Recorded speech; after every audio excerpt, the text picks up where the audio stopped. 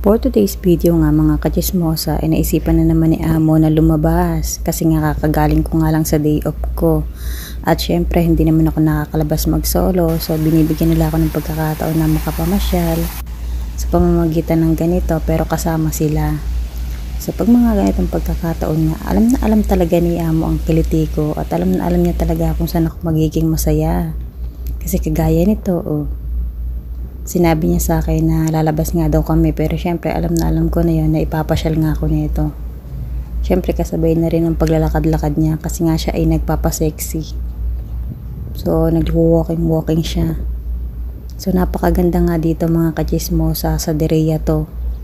Kung saan masasabi mong the city of earth kasi sobrang daming puno o diba greeny. At syempre, ang inday nyo kahit pagod na pagod yan at talagang haggard na haggard, talaga namang nawala yung pagod ko mga kachismosa dahil sobrang ganda talaga dito. Parang ayaw ko pa nga umuwi at gusto kong paunahin na lang yung mga amo ko kasi parang feeling ko hindi ko pa nalilibot lahat kahit lahat na videohan ko na yata At ang isang nagustuhan ko nga dito sa amo kong napakaselan pero kahit ganyan yan ay napakabait naman. Yung hinahayaan niya akong ganito, mag-video.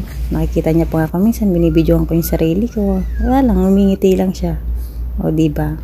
Kumbaga parang naintindihan niya na yung katulong ko. Ito lang yung kasiyahan, o, diba?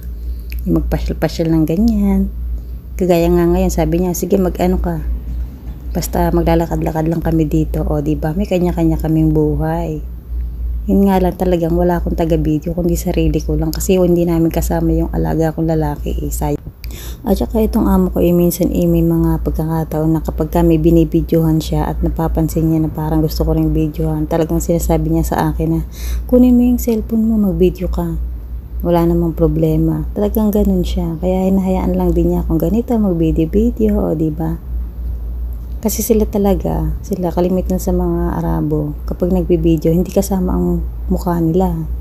Kontento na sila ng ganyan.